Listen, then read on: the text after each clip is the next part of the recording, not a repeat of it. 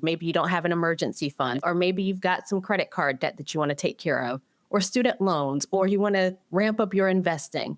We've got to have money available to do those things. And so by looking at where the money's going, looking at your values, and then creating that plan that aligns them, that frees up some of that money that is not currently going to the values, you've now got more cash that you can put towards those priorities in your life.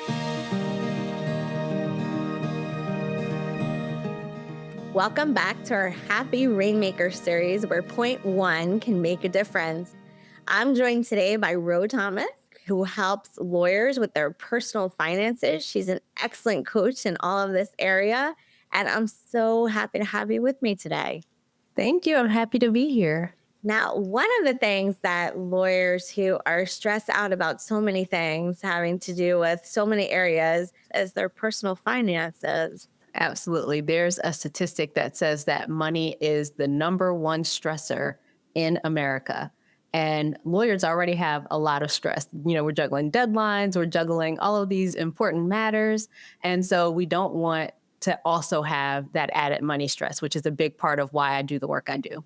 Well, it sounds like very important work, but lawyers are already so busy and so frazzled and pulled in so many directions. How can they get started to get some control over their finances? The first thing that I tell my people is to figure out where your money is going now, because a lot of times we don't know, right? Like we might be able to say, I make X salary, but how much of that is coming into your bank account each month? Let's figure that out. And then from there, where is that money going? Where are you spending? What are you doing? Are you saving? Things like that. So we want to get really clear on where your money is going. And then from there, we want to think about what's important to you. What do you value? What are those things that are non-negotiable in your life? And then we look at it against where your money's going, because we want to see, are you aligning your spending with those values? A lot of times we're spending a whole lot of money on stuff that we don't even care about. And so when we can see that, then we can create a plan or a budget, right? I know people hate the B word, but a plan for how we're going to use that money that aligns with those values. And that means that we're able to decrease the spending on those things that you don't care about, so that you've got more money available for other goals, things like that you have.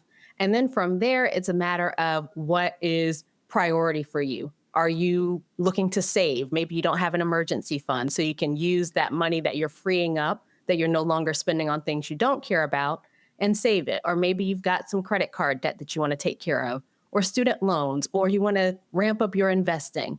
We've got to have money available to do those things. And so by looking at where the money's going, looking at your values, and then creating that plan that aligns them, that frees up some of that money that is not currently going to the values, you've now got more cash that you can put towards those priorities in your life. Some of the lawyers, such as how I used to be, are working 16 hours a day and using 5 different credit cards and cash and debit cards and doing all kinds of things. And I don't think I used to know how much I spent on groceries or takeout or food delivery or whatever, because it was all coming from different places. So I'm just trying to think about how somebody who is a little disorganized and has very little time and might want to spend a lot of that time on sleep could figure out how to marshal all of the information to see what last month's spending looked like or 3 months of spending looked like, and without feeling like, oh, I went to law school because I don't understand numbers. Well, so there are apps available, but truth be told, Jen, I like having people do it manually, because what often happens is when you've got it just coming in with the apps, it's still very mindless, right? It's still very like, I'm not thinking about it. And what we want to do is be more intentional with our money. I am a big fan of simplicity in your finances, because often you've got all of these different accounts that you're like, I don't even know where to begin. And so I encourage all lawyers to simplify your finances. So to use my own personal example, my husband and I have one checking account for our joint expenses. Anything for the house, for the family, for the kids comes in this one joint checking account. All of our income goes there, right? We've got one joint savings account. and we've got one joint credit card. And so all of the expenses for our household goes on that credit card.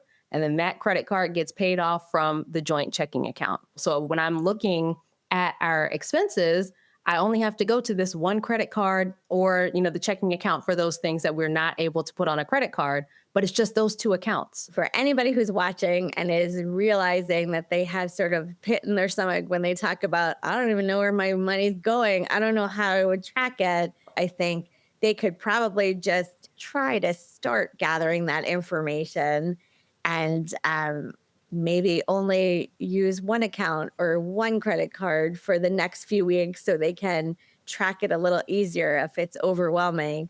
But it sounds like this is a great first step. So I am going to thank you, and we're going to come back for another video on how we can decide what are the things that really matter to you and what are the things that you want to save your money for and spend your money on, and what things you don't. So thank you so much.